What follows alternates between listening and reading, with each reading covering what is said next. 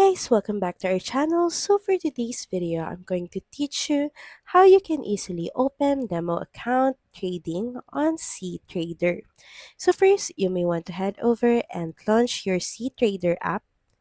And from here on your homepage, look at the top left corner of your screen and click on the cTrader icon. Then from here in the left panel, head over and click on Open Trading Account.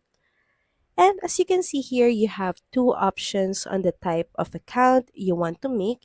You have an option to create a demo account or a live account. But for today, we're going to choose demo. Now from here, you can choose currency and of course type in balance.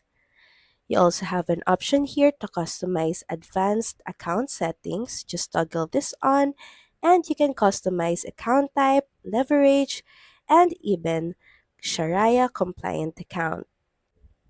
Then once everything is done, head over and click on Open Demo Account button.